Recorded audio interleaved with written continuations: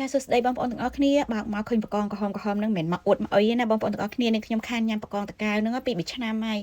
ថ្ងៃនេះដែរគឺយើងជិះឡានទៅកពតប៉ុន្តែជិះដល់ពាក់កណ្ដាលផ្លូវបងខ្ញុំក៏នឹកឃើញថាយើងទៅកពតហើយយើងចូលញ៉ាំបាយនៅតកៅហ្មងទៅនាងខ្ញុំក៏ថាអូអញ្ចឹងក៏បានខានញ៉ាំយូរហើយក៏ចង់ទៀតក៏ចូលហ្មងទៅហើយចាំការកុំឲ្យខាតក៏ថតវីដេអូផ្តិតយករូបភាពបកងទុកមើលថ្ងៃក្រោយទៀតបង្កងតលេបង្កងតកៅរស់ល្អនេះបងប្អូនឃើញបកងល្អអញ្ចឹងគាត់តែធ្វើអីឆ្ងាញ់ពួកខ្ញុំគិតថាចង់ទិញអាលេខ1នឹង2គីឡូដុតអំបិលបន្ទាប់មកទិញអាទុយលេខ2នេះយកទៅស្ងោរជ្រក់ដើម្បីហិតទឹកអញ្ចឹងណាដើម្បីឲ្យបាន2មុខឲ្យមានទឹកមួយមុខគោកមួយមុខអញ្ចឹងណាអាធំយើងដុតអំបិលទៅខួរវាឆ្ងាញ់ហើយអាទុយលេខ2ហ្នឹងយើងយកទៅស្ងោរជ្រក់ទៅដើម្បីជួយយើងហត់ទៅយើងញ៉ាំបានច្រើនវាហើយក៏វាអត់ឆាប់តលាន់ដែរនៅនេះមានខ្យងទៀតណាឃើញទុយល្អចង់ញ៉ាំដែរតែនឹកឃើញមិញកំងបកង2-3គីឡូហើយខ្លាចញ៉ាំអត់អស់ទុយល្អនេះអានេះស្ងោរឆ្ងាញ់ឥឡូវនេះកំងមហូបហើយយើងអង្គុយចាំមកសន្ទុះតិចទៀតបានញ៉ាំហើយយើងអង្គុយមើលទីនេះគឺថាមានស្រះទឹកមានផលិតមានអីហើយសត្វយំជីបមានស្វាយមានអីគឺថាធម្មជាតិពិតហ្មងណាទីបំផុតម្ហូបយើងក៏បានមកហើយបកងដុតអំបិលយើងគឺថាក្រហមតំណងហ្មងណាហើយស្ងោរជ្រក់ជាមួយកូនបកងយើងក៏តំណងដែរគឺថាជូអញ្ចឹងយើងហត់ទឹកញ៉ាំបាយបានច្រើនហើយនាងខ្ញុំគឺអត់ស្វាញ៉ាំស្លច្រើនទេគឺស្វាញ៉ាំបកងដុតអំបិលមុនប៉ុន្តែគោស្លនេះគោដើម្បីមើលថាតើកូនបកងនឹងពេលស្ងោរហើយបកងនឹងរួមទូចអស់លេងបងប្អូនហើយបើដុតនេះវារៀងនៅធំបន្តិចបើស្លនោះឡើងទូចសងមិញហែងធំដែរដល់ពេលស្ងោរហើយទូចអស់លេងតែមិនអីទេរសជាតិនៅតែឆ្ងាញ់ដដែលចាត់កាយណាខានយូរ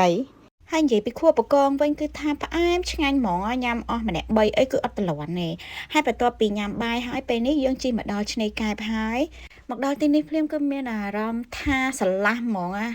ឲ្យតែពិបាកចិត្តអីគឺថានាងខ្ញុំចង់មើលឃើញទឹកសមុទ្រឲ្យតែមើលឃើញទឹកសមុទ្រធំធេងមើលដាច់កតុយភ្នែកគឺថាទុកវង្វល់អីរលាយទៅតាមនឹងអស់ហ្មងនិយាយមែនហើយមកដល់កែបនេះភ្លាមនាងខ្ញុំចាប់អារម្មណ៍ជាងគេគឺមឹកសបនិមិត្តនេះបងប្អូននៅមុខផ្សារក្តាមធំមែនតើត្រេនខ្មែរប៉ិតអត់កុហកទេទៅនាងឲ្យ1គីឡូប៉ុន្មានបង1គីឡូ28000បងដើមខ្មែរហើយកងសួរអ្នកលក់សួរតាំងពីរោដើមតរេនបងប្អូនហើយគ្នាអ្នកលក់ទិញមកបន្តពីគេមកលក់ដែរទេគ្នាមិនដឹងដើមនៅណា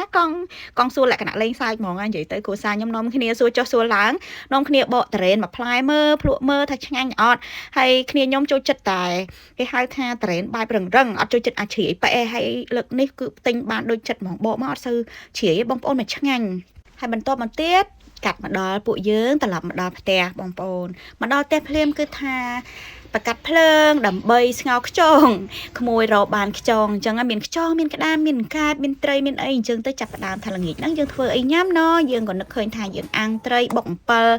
ញ៉ាំអីអញ្ចឹងទៅហើយយើងខទុកស្អែកដើម្បីស្អែកឡើងមានម្ហូបញ៉ាំខ្លះអញ្ចឹងណាមកដល់ផ្ទះភ្លាមគឺថាចែកជើងគ្នាធ្វើការអញ្ចឹងហ្មងតែកូនពៅនេះខ្ជិលជាងគេមិនសូវបានជួយទេប៉ុន្តែចុងក្រោយបានថតយងនេះហើយម្ហូបហើយបងប្អូន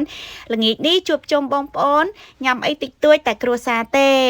បាយបាយជួបគ្នានៅវីដេអូក្រោយទៀតនាងខ្ញុំជួបជុំបងប្អូនហើយណាបាយបាយឈប់អត់បានថតពេលញ៉ាំឲ្យមើលណាដោយសារបងថ្លៃខ្ញុំអត់ចូលចិត្តពេលពងញ៉ាំឲ្យថតរូបចឹងហេបាយបាយ